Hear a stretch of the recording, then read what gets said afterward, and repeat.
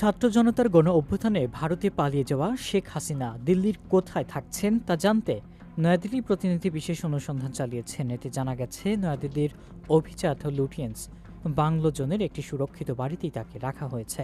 তথ্য প্রমাণে জানা গেছে ওই বাংলোর ঠিকানা ১১ রাজাজি মার্গ। শেখ হাসিনার এই বাংলোর ঠিকানা ভারত সরকার গোপন রেখেছিলেন।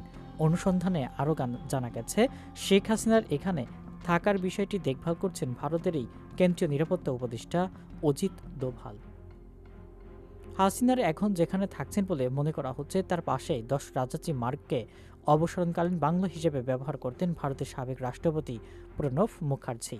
এই বাংলোতেই সাবেক রাষ্ট্রপতি এপিজে আব্দুল কালাম ২০১৫ সালে তার মৃত্যুর আগ পর্যন্তই ছিলেন। এখন সেখানে থাকেন কংগ্রেস সভাপতি ও সাংসদ মাল্লিকার্জুন খাড়গে।